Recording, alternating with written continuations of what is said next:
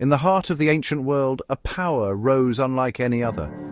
A woman who commanded not just an army, but an entire civilization at the zenith of its glory. She was a pharaoh. Her name was Hatshepsut. She presided over one of the greatest empires the world had ever known, a golden age of peace, prosperity, and architectural marvels that reached for the heavens. Her reign was a testament to a visionary leader who reshaped the very foundations of Egypt. Then, after 2 decades of unparalleled rule, came a deafening silence, a void where a legacy should have stood. Across the kingdom, her image was attacked. Stone faces, once imbued with divine life, were smashed into oblivion. Statues were toppled, shattered, and buried in pits, hidden from the sun. Her very name, Hatshepsut, was meticulously erased from stone monuments. The sacred cartouches that held her identity were chiseled out, one by one, from temple walls and towering obelisks. Her legacy, written in stone and splendor, was systematically buried, an attempt to wipe a queen from history itself. But this was no act of war by a foreign invader. This was not the random pillaging of tomb robbers. This was personal. This was revenge. It was a calculated, cold, and systematic campaign of damnation, an order handed down from the highest levels of power, executed with ruthless efficiency across the entire length of the Nile.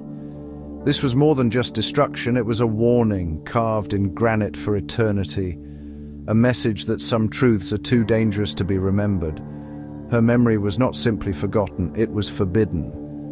So who was this woman whose power was so immense it had to be obliterated?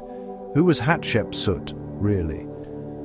Why go to such extraordinary lengths to erase a queen, one of the most successful pharaohs in 3,000 years of Egyptian history? What truth did her reign represent that was so threatening to the future of the throne? What secret did they try so desperately to bury with her? To find the answer, we must go back. Back to a time of divine prophecy, political intrigue, and a struggle for absolute power. We start with the power she was born into, the power she married, and finally, the unprecedented power she became. She was not content to be a regent, a placeholder, a wife to power. In a world ruled by men, she chose to embody it herself, declaring herself king, and in doing so, she sealed her fate. 3.5 millennia ago, in the heart of the world's most powerful empire, a story was written in stone and sand, a story of ambition, of divine right, and of a will so strong it would echo through eternity. It begins with a name, one that was meant to be forgotten, erased from the very walls of history. Her name was Hatshepsut, in an age ruled by men, where the line of succession was a sacred, unbroken chain from father to son. She did the unthinkable. The role of Pharaoh was not a position of mere governance, it was a divine covenant, a bridge between the gods and mortals, a role exclusively, unyieldingly male. For a woman to claim this title was not just a political maneuver, it was a theological earthquake. It challenged the cosmic order, the very concept of ma'at, balance and truth, that underpinned their entire civilization. She did not simply rule as a queen regent, a placeholder for a male heir. No, Hatshepsut became power itself. She adopted the full fivefold titulary of a king, proclaimed herself the chosen of Amun-Ra, and donned the ceremonial false beard and the kepresh, the blue war crown. She commanded the world to see her not as a woman, but as the living embodiment of the eternal office of Pharaoh. She became a king, and with this power she built relentlessly. While other pharaohs etched their legacy in the blood of conquered lands, Hatshepsut carved hers into the living rock of Egypt itself. Her reign was an architectural renaissance, a period of creation on a scale not seen for generations. She commissioned hundreds of projects, from the towering obelisks at Karnak that pierced the sky to the magnificent terraced temple at Deir el-Bahri, a structure of such harmony and grace it seemed to rise organically from the cliffs behind it. These were not just buildings, they were temples like prayers in stone, each column, each relief, was a carefully crafted message of legitimacy, piety, and divine connection. This was beauty with purpose, architecture as propaganda, solidifying her right to rule with every block that was laid. Her monuments were designed to last for millions of years, ensuring her story and her divine mandate would be read by all who came after. But her vision extended far beyond the borders of Egypt. She opened the river, turning the Nile into a bustling artery of commerce and communication. And she looked beyond to the Red Sea, a gateway to a world of exotic wonders. For centuries, the fabled land of Punt, the land of the gods, had been a distant memory, a place of myth. Hatshepsut resolved to make it real again. She financed a daring expedition, a fleet of 5 great ships that sailed south into uncharted waters. The mission was a staggering success. Her sailors returned not with the spoils of war, but with the treasures of trade with Punt: myrrh, resin, frankincense, gold, ebony, and live incense trees as tribute. The first recorded attempt to transplant foreign flora. This was more than a trade mission. It was a divine pilgrimage, bringing back the very scent of the gods to perfume the temples of Egypt. This was her doctrine: wealth without war, peace fed everyone. Under Hatshepsut's rule, the granaries were full, the markets were vibrant, and the land breathed easy. Prosperity shone, not from the glint of swords, but from the gleam of polished goods and the contentment of a people at peace. Her reign was a golden age of stability and prosperity, a testament to a different kind of strength. She ruled by listening, by understanding the intricate dance of the priesthood, the military, and the court. She governed by craft and order, mastering the vast bureaucracy of the state and using it to enact her grand vision. But to hold power, she had to control the narrative. She bent symbols, the sacred language of images and hieroglyphs that communicated reality itself. She bent them not to men, but to rule. On temple walls, she was depicted with the muscular physique of a man, her titles and pronouns written in the masculine form. She commissioned a divine birth story, claiming the god Amun himself was her true father, who had visited her mother in the guise of the Pharaoh. It was a masterstroke of political theology, using the system's own logic to justify the impossible: a female king. For over 2 decades, this delicate balance of power, peace, and propaganda held. Hatshepsut, the woman who became king, reigned supreme over a flourishing Egypt. But history is a jealous scribe, and the story of what happens when a woman breaks the most sacred rule of all was far from over. The threat she posed was not one of violence. Hatshepsut was not a tyrant who ruled through bloodshed or fear. Her reign was marked by an almost unprecedented period of peace and prosperity, a golden age that echoed through the halls of power and the daily lives of her people. She did not conquer with the sword. She wasn't cruel. There are no records of purges, no tales of a vindictive queen punishing her rivals. Instead, the chronicles speak of a ruler who governed with a steady hand and a clear vision, a pharaoh who understood that stability was the true foundation of power. Hatshepsut's authority was built not on intimidation but on competence, and that was precisely what made her so dangerous. Her success was a quiet rebellion against the very fabric of Egyptian tradition. For centuries, the throne was the domain of men, a sacred inheritance passed from father to son. The king was the earthly embodiment of Horus, the masculine protector of Egypt. Hatshepsut was living, breathing proof that a woman could not only rule, but could do so with extraordinary skill.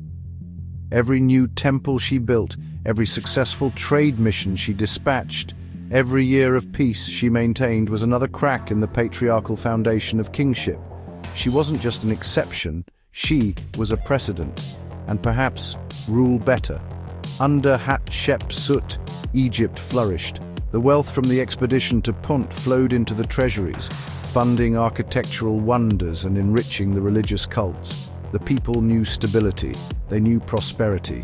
Her reign became a benchmark against which future kings would be measured.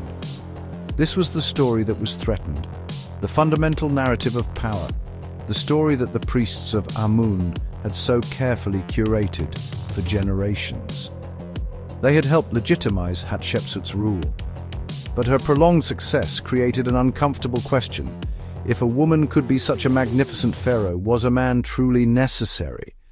To challenge this order, might wasn't needed. No army had to be raised against her.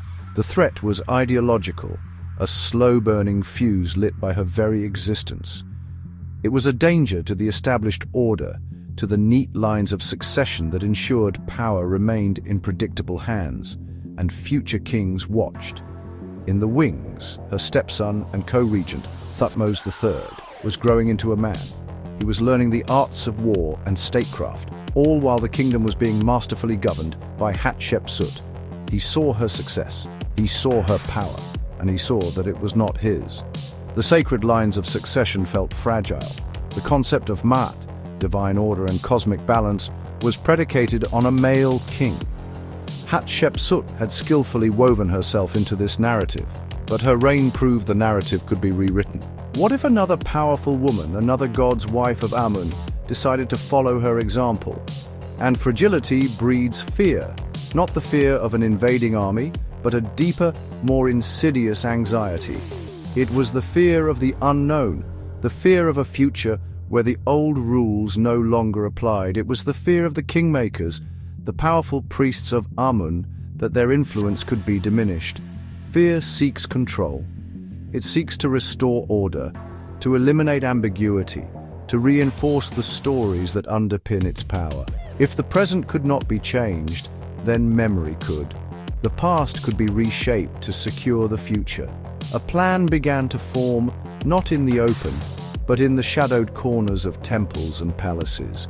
Her success spread not as a rumor, but as monumental stone and a thriving economy. The legacy of Hatshepsut was being carved into the very cliffs of Deir el-Bahri. It was a testament that would outlive them all, a permanent record of her glorious reign. People remembered the ease of her time. They remembered the peace. This living memory was a powerful force, a quiet endorsement of her rule that lingered long after she was gone. It was a truth that stood in direct opposition to the narrative that needed to be restored. And so, some planned a darkness, a methodical, patient, and chillingly thorough campaign. It was a conspiracy not to seize a throne, but to erase one, to correct what they saw as a dangerous deviation from history, to ensure that the precedent set by Hatshepsut would never be followed. They would wait. They would serve her. They would perform the rites in her temples and praise her name in public. They would wait until she was gone, until her allies had faded, and until a new king, one who understood the threat she represented, sat firmly on the throne. Then they would strike, not with an army, but with chisels. Quietly, systematically, they would move through the sacred spaces she had built. They would ascend the ramps of her magnificent temple and enter the halls of Karnak. Their goal was to break the example, to smash the statues, to chisel away her name and image from every wall, to remove Hatshepsut from the historical record itself. If she could not be seen, if she could not be named, it would be as if she never existed. They would rewrite the rules by erasing the one who had broken them. They would restore the sacred line, ensuring that the story of kingship in Egypt would once again be an exclusively male domain.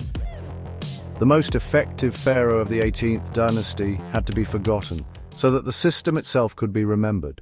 After her death, something horrifying, a blow to memory.